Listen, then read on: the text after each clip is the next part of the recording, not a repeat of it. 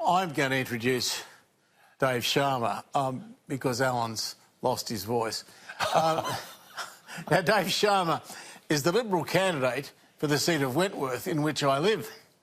I saw him today when I went to pre-poll voting, along with Phelps, his opponent, who is currently the member. Now, if you drive through the electorate of wealthy suburbs of Wentworth, Labor boy, Wentworth, Point Piper, and Double Bay, and all these places, they are the most expensive suburbs in Australia, and so you have to wonder how the Liberals could ever have lost it. And here's the man, Dave Sharma, former ambassador to Israel, who's supposed to win it back. Can you? Look, it's going to be tight, and I'm not taking anything for granted, but I think we should be able to win back this seat, and certainly if we want to hold on to government, we must win back this seat. Yeah, because I mean, I look around me at the houses around me, I can't believe that any of them don't vote Liberal. Well, I think there was a bit of a... I'm an invader, I'm an interloper. Oh, you know. $7 million house. Excuse me. A little poor deprived... Workers' cottage in Dover Heights. We know what I've got. I think last time around there was a bit of a perfect storm. I mean, it was a by-election, which always has a different dynamic to a general election. Malcolm had left. A lot of people were upset about that. A lot of people were angry about that. And he was causing a lot of drama. Well, and a lot of people wanted to vent their frustration at that by-election. So I really felt that headwind last time around. I think this time around it's not there, or not in nearly the same degree. And people are much more focused on the national choice, Liberal government, Labor government. Just on the electorate, though, Graham's not entirely right there, because as the numbers in each, as you know, and you and I have talked about this, as the numbers in each electorate now under redistributions grow, because your electorate is blocked by the water, the ocean, the other side, they can only grow it coming one way, which is either into Tanya Plibersek's electorate of Sydney, which is a Labor electorate, or into Kingsford Smith, which is Labor. So no matter what happens, or the appeal of Dave Sharma, or the ability of Dave Sharma, all of which I think is undeniable, is a whole significant pocket of Labor booths on the western side of the electorate. No, how about that? And that's the God issue. bless them. Eh? So, Dave, this is a strange election, isn't it? Because not all the issues, not all the electorates face the same issues. Yes. I mean, in your electorate, of course, there are some people who would think there's no problem about electricity prices, they can afford them.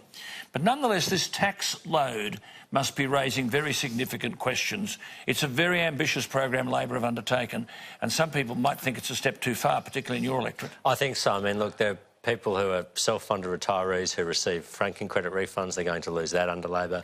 People who negatively gear property, they're going to lose that ability under Labor. People who are in family trusts have small businesses and they manage the small business through a family trust, and they're going to be taxed at a higher rate under Labor. So I think these issues are really focusing people's minds. And of course, Graham's made the point, and he's right, including his situation. These are very, very expensive houses. Now, when you increase the capital gains tax by 50%, it's a big whack. It's a big whack. It's a very big whack, very big whack. And we've got people on the top marginal rate who wouldn't consider themselves wealthy, certainly not to pay for a house in the east, they're not, but they're going to have another 2% put on their marginal rate by Labor. You know, all sorts of issues like this. Do you think, Graham, that when Chris Bowen said, well, if you don't like it, don't vote for me, if he had his time over again, do you think the tax package would be different? You'd hope so. I mean, there are aspects of it I've never supported, as you well know. I think that doesn't matter who's in government, we've got to leave retirees alone. It's impossible now for retirees to plan because they don't know how much money they're going to need, because they don't know how much they're going to get taxed. And if every government that comes in has their own go at it, then I think we're in for a disastrous future. What we have to do is have a rule across the board in politics: hands off retirees. Whatever system we've got, let's just leave the bloody thing alone. Well, you've got a $37 billion tax on superannuation under the Labor Party. What about this energy policy? Now, everyone goes on about climate change. Forget whether you agree with climate change or not. That's beside the point. How could anyone win an election with a 50% renewable energy target or a 45% reduction in carbon dioxide emissions? Even if you believe in climate change, that is a massive whack. And what is going to happen to business, what's going to happen to aluminium smelters, manufacturing, to 50% renewable energy target, we'll be in the dark. 50%. Well, I think what's been... Your party has decided to do what the Paris Agreement says. 26 to 28%. 26 to 26.8%. And, OK, that's what Paris said. Why would someone... Graham, you can half answer this. Why would they go to 50? And, of course, you're in bed with the Greens. They want to go to 100%. I'm not in bed with anyone at the present time. But I would say this. If you go the way of the Greens on these things, you make a huge mistake. Because what they want is pie in the sky. What they want is to send your electricity bill up skyrocketing, and you can't allow that. So I hope Labor doesn't get anywhere near the sheets with the Greens. It'll be appalling. How big is that when you move around the electorate? Well, I think people are concerned that Labor hasn't costed their policies, and they're refusing to cost their policies, and they're attacking anyone who attempts to cost their policies. And there is a difference between a 45% emission reductions target and a 26 to 28% emissions reduction target. It's going to have a bigger impact on the economy. It's going to have a bigger impact on some sectors. And the public needs to be, we need to be level with the public about what the costs of that are, and Labor's refusing to do that. Well, see, there's only three things that matter, Richie, I always say, with energy policy, and it's very simple.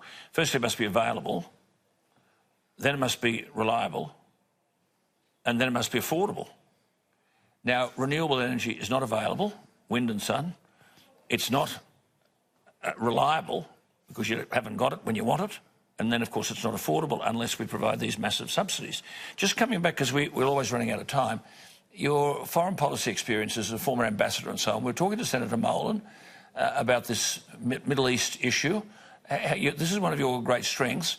How do you see this playing out? Where do you see we are today? I know you've made comments in the past about our oil reserves, fuel reserves, and they're very diminishing. So we start closing off one of those waterways, then it's a very, very significant issue for Australia. Where, from your knowledge of Israel and that environment, how do you see things playing out? Look, I mean, what's been underway in the Middle East for several years now is an Iranian bid to be the regional hegemon, to be the main regional power and to dictate terms to the rest of the region. This is why Iranian troops are in Syria fighting for Assad. It's why they're funding and arming Hezbollah in Lebanon. It's why they're funding Shiite militia in Yemen and elsewhere. And they've been a destabilising influence in the Middle East now for at least the past decade.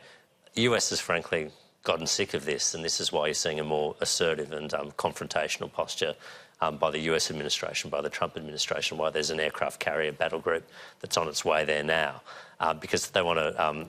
They don't only want Iran to stop its nuclear program, which is an interest the whole world shares, but they want Iran to stop its support to terrorism, its support to destabilising forces within the Middle East, its support for acts against attacking the legitimacy of the State of Israel. So what's the end result here, do you think, as you see it now? I mean, as an ambassador, you're providing advice and getting input. That was your role. If you were there now, how would you evaluate where we are? Well, we'll be through a period of heightened tension, to state the obvious, but I think Iran ultimately knows that, it needs the benefits of some sort of opening with the West and some sort of normalisation with the West to keep its economy afloat, to feed its people, to look after its people, because there has been a lot of internal unrest in Iran over the last several years because of worsening economic conditions, higher unemployment. The regime there, hardline as it is, ultimately knows it needs to stay in power, and to do that, it needs to look after its people. So I think the US has most of the leverage here, and they should be able to negotiate a better deal. Good on you. Well, there's two people we've spoken to tonight who my view is, and I'm sure, Graham, you share this view, that they possess an intellectual expertise that we really need in the national parliament today. One from the House of Representatives, Dave Sharma, in the seat of Wentworth, and the other, Senator Jim Molan.